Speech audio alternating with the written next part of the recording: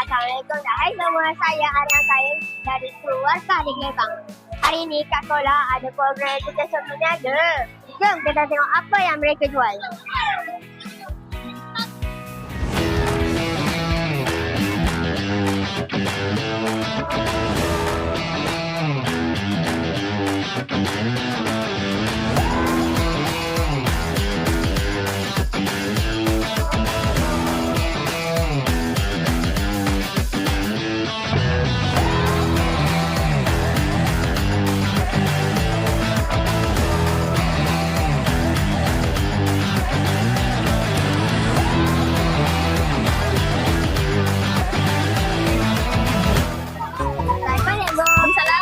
Apakah tujuan ada Okey, pada pendapat cikgu lah, tujuan Eduniaga diadakan di sekolah kita ni untuk membantu murid-murid tahun 6 menjayakan program graduasi dan juga apresiasi mereka. Melalui program Eduniaga ni, sumbangan-sumbangan yang diberikan oleh ibu bapa dapat membantu dari segi kewangan dan juga kelancaran program graduasi mereka nanti. Okey, cikgu beli apa je tadi? Okey, disebabkan kita ada 3 gerai, jadi cikgu nak adil, cikgu beli daripada setiap gerai. Contohnya daripada gerai 6 Melun, cikgu beli makanan berat seperti nasi kerabu. Daripada gerai 6 Seroja, cikgu beli dessert, kek batik, dan juga dari gerai ni, cikgu beli kari puff, aiskrim dan juga nasi lemak. Okey, salam dan selera cikgu. Terima kasih. Assalamualaikum Pak. Salam. Saya Ahmad. Syed. Apa tema makan ni?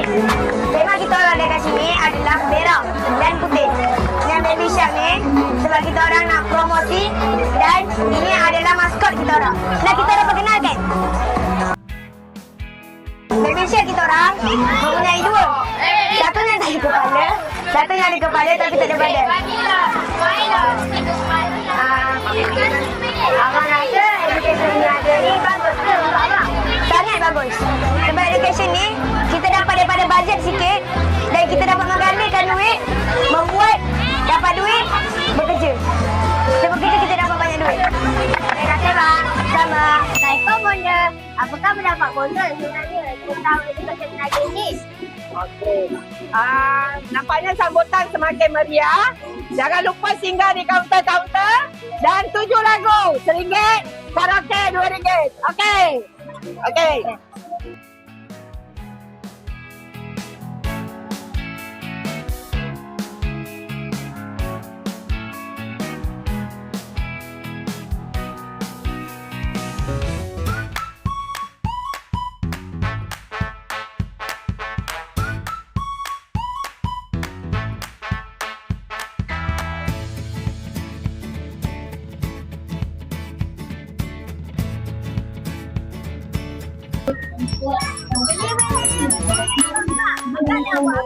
Akak tengah promosi. Akak tengah promosi apa dia? Akak tengah promosi kedai akak. Tengok tu. Oh, ada banyak makanan dan minuman. Akak rasa perniagaan ni best dapat eratkan hubungan dengan kawan-kawan.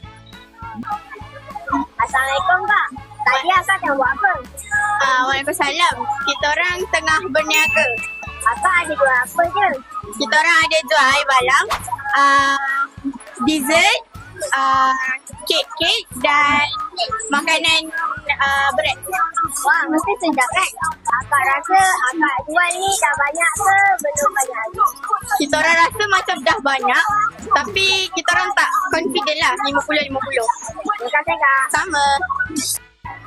Itulah servis sedikit sebanyak program education di Sekolah Kebangsaan Kelebang Besar. Itu saja dari saya, Aryan Said, kru warga di Kelebang. Sekian, terima kasih. Bye.